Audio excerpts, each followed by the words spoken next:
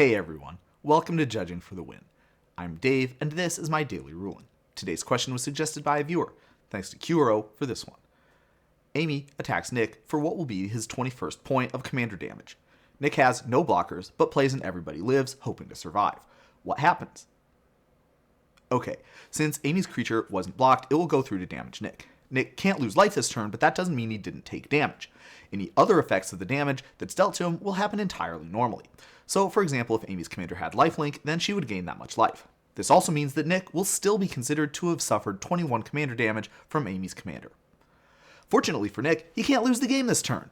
Unfortunately for Nick, the state-based action that makes you lose the game for having been dealt lethal commander damage is worded such that when Everybody Lives wears off at the end of the turn, he'll still lose.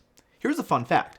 Even though Everybody Lives says that players can't lose the game this turn, that's actually kind of a lie. See, the game actually does perform state-based actions one last time in the cleanup step after this turn and until end of turn effects wear off. So Nick actually will lose the game during Amy's cleanup step. Pretty trippy, right? Well, Nick's not too happy about that, so what can he do to fight back? Well, he might want to try winning the game. Something like Helix Pinnacle won't do it, because the triggered ability to make him win won't go on the stack until the next turn's upkeep, and Nick doesn't have that long. Neither would something like a Halo Fountain do any better, even though Nick can activate its win the game ability at instant speed. Unlike commander damage, one-time effects like Halo Fountain do not stick around, so there would be no good from activating it after the Everybody Lives resolved, nor would Nick have priority in order to activate it in between the time when Everybody Lives wears off and before state-based actions are performed. Trying to counterkill Amy with a card like Door to Nothingness would have the exact same problem. So what can Nick do? Well, longtime fans of the channel might have already guessed my favorite answer to this question.